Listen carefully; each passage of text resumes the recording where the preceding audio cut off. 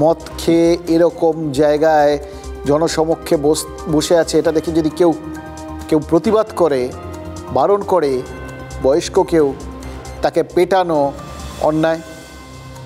তার বদলে এই দুঃসাহসটা এলো কোত্থেকে অনুপ্রেরণা পাচ্ছে এরা এরকমভাবে যাত্রার গায়ে হাত তুলে দেওয়ার? তবে অনুপ্রাণিত হওয়ার উদাহরণগুলো তো বেড়ে চলেছে। এই মন্দিরা অভয়দের অনুপ্রেরণা তো হতে পারেন ওই মালদার হাবিবপুরের তৃণমূল নেতা সুবোধ রায়। তৃণমূলের এই নেতা বুলবুল চণ্ডী RN রায় বিদ্যানিকেতনের পরিচালন সমিতির সভাপতি, মানে টিচারদের টিচার। তাই টেবিল চাপড়ে ধমকে চমকে টিচারদের শিক্ষা দিয়েছেন। বেলঘড়িয়ার মতো এখানেও মুশকিল একটাই, গোটাটাই CCTV ক্যামেরায় ধরা পড়ে গেছে। ভাগ্যিস ধরা পড়েছে, নয়তো শিক্ষকদের কতটা শাসন করা চলছে সেটা জানা যেত না।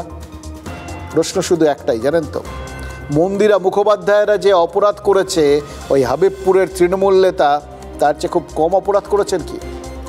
মন্দিরাদের যে তৎপরতায় ধরা হয়েছে, সুবোধ রায়ের মতো শাসক নেতাকেও পুলিশ সেই তৎপরতা দেখাতে পারবে কি?